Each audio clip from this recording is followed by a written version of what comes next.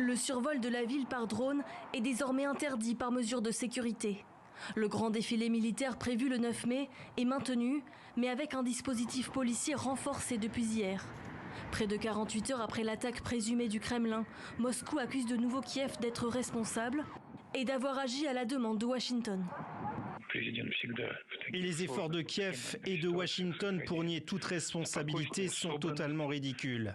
Les décisions concernant de telles attaques ne sont pas prises à Kiev, mais à Washington. Kiev ne fait qu'appliquer ce qu'on lui demande. Des accusations démenties dès hier par la Maison-Blanche. Depuis le début de ce conflit, les États-Unis n'encouragent pas l'Ukraine à frapper en dehors de ses frontières et ne lui donnent pas non plus les moyens de le faire. Nous avons été très clairs à ce sujet, mais encore une fois, je ne veux pas me lancer dans des spéculations sur l'authenticité de ce rapport. Absent de Moscou au moment de l'incident, Vladimir Poutine a fait publier ces images dans les médias russes aujourd'hui.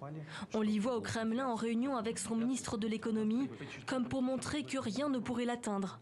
Ce jeudi, les experts militaires émettent 3 hypothèses quant à l'origine de l'attaque. Elle pourrait venir soit des Ukrainiens, soit de l'opposition russe à l'intérieur du pays, ou encore du pouvoir russe lui-même, qui l'aurait mise en scène.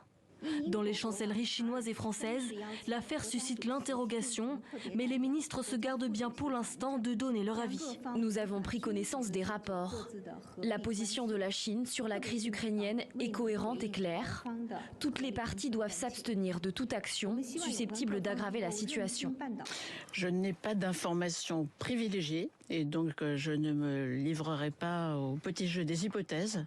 Mais le fait est qu'il y a plusieurs hypothèses. Pierre Aski en évoquait certaines. Et le moins qu'on puisse dire est qu'en effet, cet épisode est étrange.